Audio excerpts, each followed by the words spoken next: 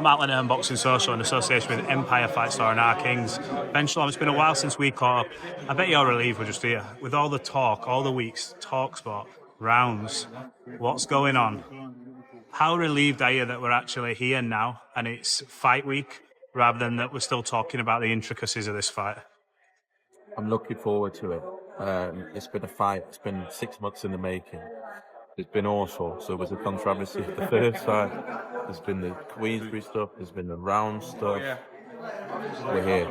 And it's huge. Yeah. And I can't wait. How frustrating is it been when you're saying to everyone, look, this has all been sorted, why are we still going over it? Do you think Queensbury have just been playing the game the past few weeks when you've said, look, this has all been sorted, we've agreed a certain figure, it's been done? 100%. Is this just a game playing thing, and how much has that sort of annoyed you en route to this? Listen, maybe I'm naive and I should have expected it. It was quite an easy thing to sort out. Got sorted. It was dragged through the media. It is what it is. But it's made it a bigger fight. And here we are now, ahead of a huge Easter Sunday. What do you make of the demeanour of Ben Whittaker? Not too much has changed. Obviously, he's changed his trainer. He mentioned he's cut out maybe some shortcuts and little bits and bats. He said in the sort of media scrum. But what do you make of his demeanour leading into this fight? I think he's really in a great place, and I'm so happy with the team that he's got around him now. I think sometimes you need moments in your life that make you really think. Really check in with yourself. What do I want? What do I really care about? What do I need around me? And he had that moment in October, and I think it's going to be a defining moment of his career. I'm really proud of him. You know, no one could compare to the level of attention he gets as a 27-year-old after 9 fights. It's phenomenal. It's absolutely phenomenal. I saw it there, left. The media attention, the media scrums, the numbers that he does. But now he needs to back it up in the ring. And he's got himself with Andy Lee. He's got a small team around him. He's been training out in Ireland. And he's ready now to do the business. He's really got him up for this. And I think that's what he needs. It's an important couple of weeks for a boxer. I don't mean in terms of like rivalry, but you have got this fight here against a Frank Warren fighter. You then bounce into next week against an Eddie Hearn fighter. Yeah. Which one would give you more satisfaction? Equal. Because I feel like yours and Frank's relationship's more frosty, whereas you and Eddie, you're at that level now where you're not as much going back and forth, even though you do, but not as much. More like you have the crack more with Eddie. Whereas with you and Frank, it seems a genuine sort of still that bit of frostiness from everything that's gone on. Yeah, no, you're right. Definitely is. Ultimately, it's not about the promoters. We want our guys to do well because we are invested in their careers and we're invested in them as human beings, and that's the truth of it. So, am I thinking about the other promoter when we're putting on the fights? Absolutely not. I'm thinking Ben Whittaker, go and make a statement, son. I'm thinking Eubank, go and make a statement, son. And then we can celebrate afterwards. But in the ring, if they get announced the winner, then we know the feeling for them. I saw your feeling after the fight in Birmingham for, remind me now, Felix Cash and Tyler Denny. I know what that meant to you. I know it is about the fighters, but it's nice to have these little wins along the way. It's coming. I believe that we're the favourite in both fights. I believe we're going to win both fights, but it's boxing. But yeah, I'm confident.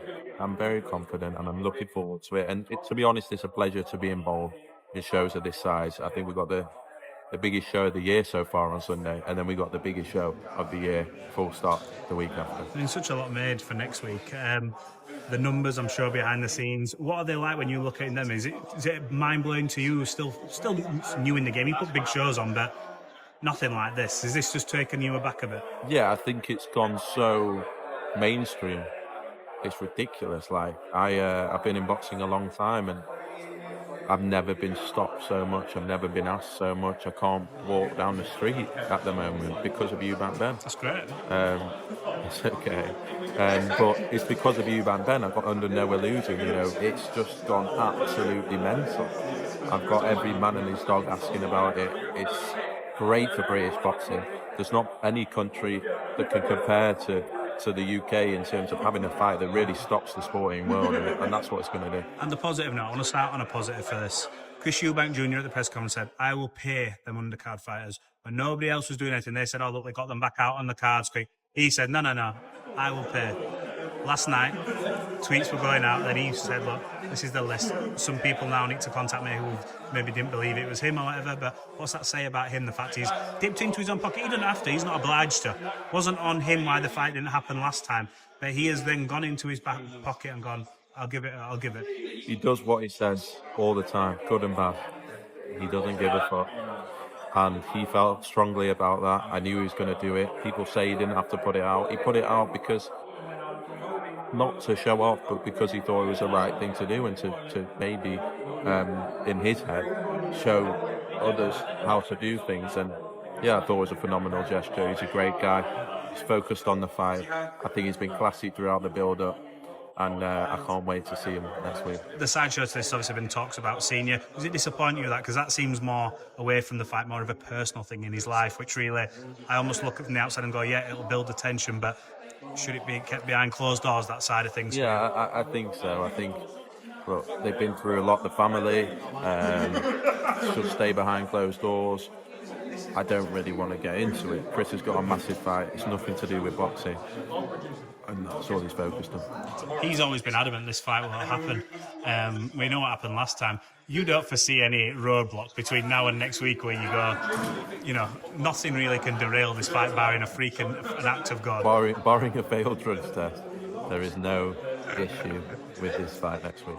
Right, David Adelaide, Jimmy TKV. Please, the speed of the decision to do a rematch. I want to ask you though, because I've not had clarity on it from anyone, so you'll be able to tell me. The first fight, does that stand?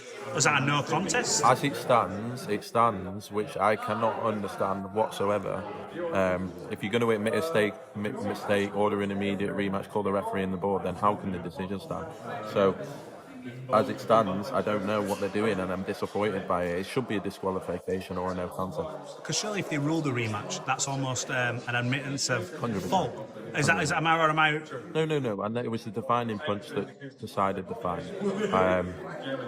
The correct decision, technically, was a disqualification. On retrospect, it should have been a no contest. So I'm in the same position as you. The details are still yet to come out. Let's see what the purse bid split is. Yeah. I don't know, but as it stands, they've not ruled it a no contest, which I can't understand. Are you appealing that still though? Is that still an ongoing thing? Because surely, it's ongoing, but we're waiting to see the details. Have you got any further schedule announcements? Obviously, we're coming up. We've got an Adam Azim fight to announce very soon. Obviously, we've got 2 huge weeks now. Huge weeks. We've got Martin McCauley out on the Canelo card. With 3 huge weeks back to back. It's going to be absolutely nuts. Hopefully, we come away with huge wins for Chris Smith, Vidal Riley, Eubank Some Jr, night for you, isn't it? Ben Whittaker. I don't know if I can take this. Say it. All right, see you later. Appreciate your time.